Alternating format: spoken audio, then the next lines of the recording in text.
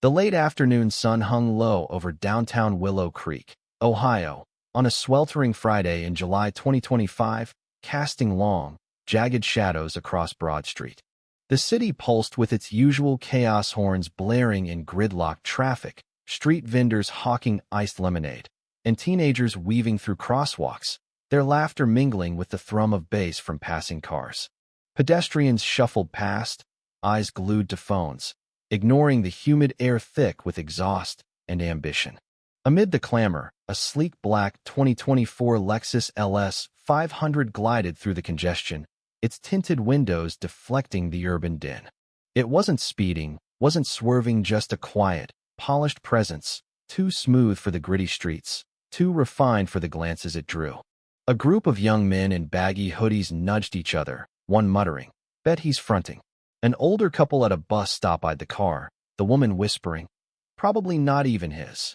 Behind the wheel sat James Carter, 70, a black man dressed in a tailored charcoal suit, his crisp white shirt and burgundy tie knotted with precision. His face bore the faint etchings of age lines at his temples, a silver sheen in his close-cropped hair, but his posture was ramrod straight, his hands steady on the wheel. He didn't smile or scowl, just drove, his dark eyes catching every sidelong stare, every whispered judgment. They'd followed him for decades through courtrooms, boardrooms, quiet suburbs, and though they no longer stung, they left a weight, a quiet ache he carried without flinching. At the corner of Broad and Maple, the calm shattered.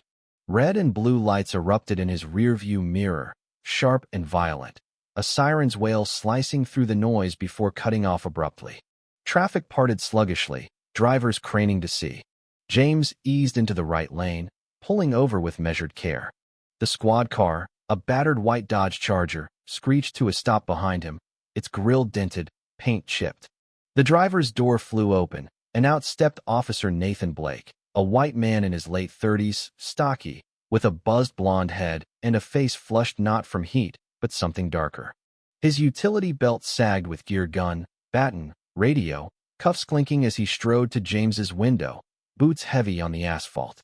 He rapped the glass twice, not a knock, but a demand. "Hey, slow it down, buddy," he barked, voice loud enough to turn heads.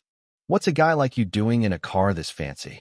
The words weren't a question, they were a taunt, laced with an edge that drew eyes from the sidewalk. A delivery guy paused mid-stride, a woman with a stroller slowed, phones glinted, but no one stepped closer. They never did, they just watched. James lowered the window halfway, his gaze steady, unreadable. "Officer, is there a reason for this stop?" he asked, voice low, calm, like a man who'd navigated these waters before. Blake leaned in, one hand gripping the window frame, his smirk thin and mean. "Oh, there's a reason," he said. "You're cruising a $120,000 car like it's hot, and you're way too cool about it." James turned his head slightly, meeting Blake's eyes directly. "I wasn't speeding. I didn't swerve. Check the cameras at Broad and Oak." Blake's smile tightened, his fingers twitching on the frame. "License, registration, and maybe a damn good story about why you're strutting through my town looking like you own it." James's jaw tensed for a fraction of a second, but his breathing stayed even. He'd faced worse, decades of worse, but the audacity still burned. He reached for his wallet, movement slow. "I live 8 blocks away. Just heading home from work. Want my calendar, too?" Blake chuckled, stepping back. "Got a mouth on you, huh? Cute." The sun dipped behind a high-rise, casting a harsh orange glare across the Lexus's hood. James handed over his ID, his eyes flicking to the crowd now a dozen strong, filming, whispering. Blake took the license without looking, tucking it into his vest pocket, his gaze locked on James like a hunter sizing up prey. This wasn't a traffic stop, it was a power play, raw and ugly. "You know," Blake said, voice dropping, "I've seen plenty of guys like you, sharp suit, fancy car, acting all composed. Doesn't fool me. Makes me think you're hiding something." James stared through the windshield, watching a father scoop up his toddler at the crosswalk, life moving on while injustice unfolded. "If I broke a law, write the ticket," he said firmly. "If not, I'd like to go." Blake's laugh was sharp, brittle. "By the book, huh? That's sweet." He leaned closer, voice a hiss. "Here's the deal, pal. I don't care about tickets. I want $5 grand, cash, right now. You pay, I walk, and this stays between us. Your car, your record, your little secret lie falls safe. James blinked, his fingers curling slightly on the wheel, not in fear but in disbelief, a cold anger settling in his chest. What you're doing is illegal, Officer Blake, he said, voice steady cutting. You're not upholding the law, you're selling your silence. Blake's smirk faltered, his eyes narrowing. You calling me crooked? I'm saying I won't pay a dime, James replied. And you're making a mistake you can't take back. Their eyes locked, a silent battle, Blake's bravado against James's unshakable resolve. The crowd grew, phones raised, but still no one spoke up. Blake stepped back, his hand drifting to the baton on his belt, pulling it free with a slick click. A cyclist froze, a woman gasped. James tracked every move, pulse quickening but face unmoved. Blake didn't swing at him, not yet. Instead, he strode to the car's front, raised the baton, and smashed the left headlight. Glass exploded, shards skittering across the hood like broken stars. That, Blake panted, is what happens when you think you're above me. The crowd flinched, but no one moved. They never did. James closed his eyes for a heartbeat, then opened them, his calm now forged in steel. You've just added vandalism to your crimes, he said, voice low, unwavering. Blake barked, what? Lunging closer. You heard me, James said, still seated, unshaken. You're digging a hole, and it's getting deeper. Blake scoffed, chest heaving. This ain't a courtroom, suit. Out here, I'm the law. I decide who gets a ticket, who gets towed or worse. James's eyes narrowed. Is that how you serve? Intimidation? Extortion? Blake froze, doubt flickering in his stance, but his pride surged back. You're just some old guy with a big mouth, and you're about to learn what happens when you cross the wrong cop. James met his gaze, voice dropping to a quiet, piercing truth. You're going to regret this. Not a threat, but a promise, delivered with the weight of a man who'd faced down power and never blinked. James reached into his jacket, slow and deliberate, as Blake's hand twitched toward his holster. Easy, James said coolly. Just my phone. He pulled out a sleek device, brushing glass from his sleeve, and unlocked it with a swipe. Blake's smirk wavered. Calling your fancy lawyer, he sneered, but his voice cracked with unease. James ignored him, scrolling contacts, stopping at a name, and tapping call. The line rang once, twice. Henry, James said, voice steady. It's James Carter. Blake leaned closer, frowning, catching only muffled urgency from the other end. I'm fine, James continued, eyes fixed ahead. But one of your officers, Nathan Blake, pulled me over, claimed I was speeding, demanded $5,000 cash to let me go. When I refused, he smashed my headlight. The silence on the line was electric. Blake stepped back, eyes darting. Who you talking to? He snapped. James turned slightly. Henry Lawson, your police chief. Blake's laugh was forced, panicked. Bullshit. You don't know the chief. I don't expect you to believe me, James said. But you're about to find out. On the call, Lawson's voice sharpened, audible now. Downtown? What the hell, James? I'm on my way. James hung up, setting the phone on the passenger seat, his gaze locking onto Blake. I'm Judge James Carter, Federal District Court, Southern District of Ohio. Blake's mouth fell open, his face draining of color. Judge, he stammered, fumbling for the ID in his pocket, staring at it like it might burn him.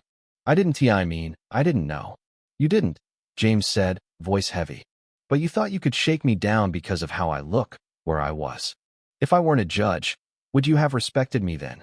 Blake's throat bobbed, words failing.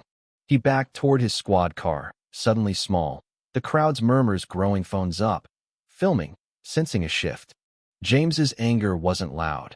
It was a cold, precise thing, rooted in decades of navigating a world that judged him before he spoke.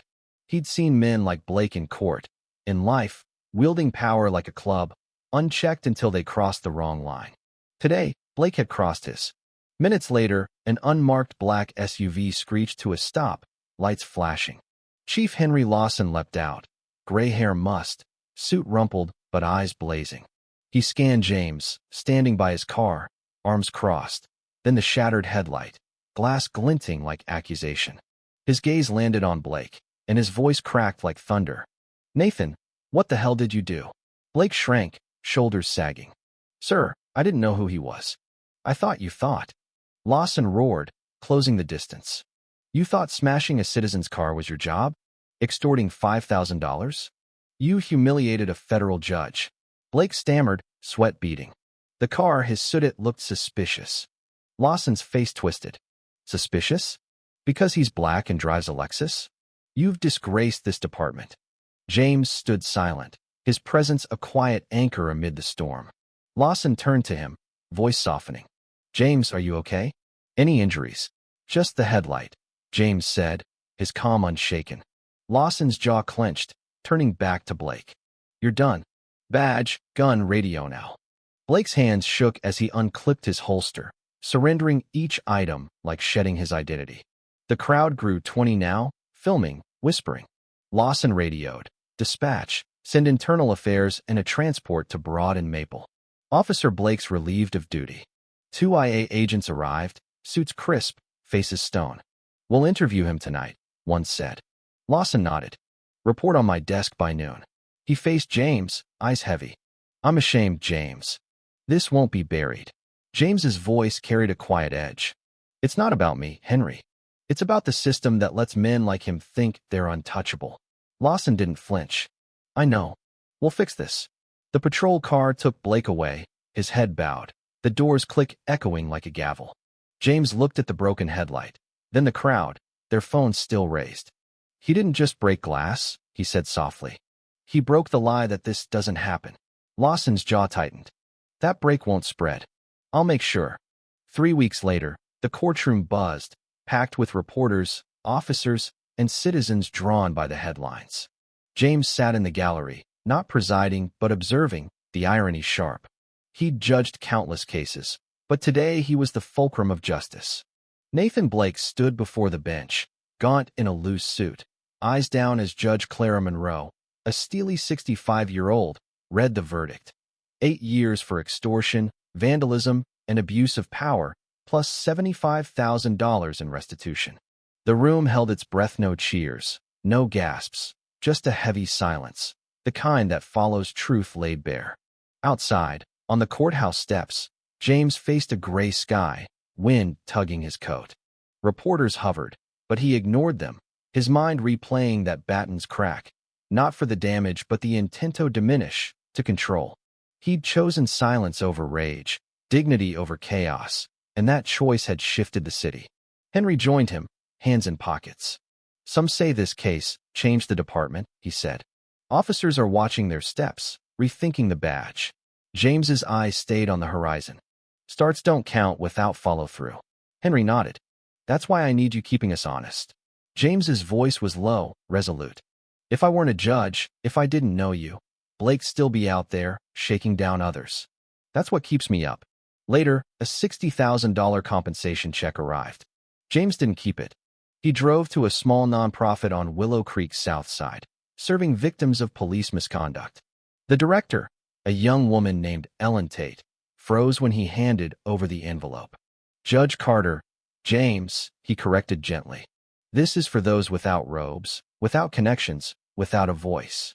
Her eyes welled. This'll save lives. Good, he said. But we need to stop it before it starts. That night, James sat by his window, city lights flickering below. No victory, no heroics, just pride in holding his ground, a quiet dignity that had outlasted a batten's swing. The world hadn't changed, but a crack had formed, and he'd keep prying it open. Was James's restraint heroic or enabling? Should Blake's sentence be lighter or harsher? Can Willow Creek's police reform last, or is it just a fleeting win? Share your thoughts below, hit that like button, and subscribe for stories that demand your voice.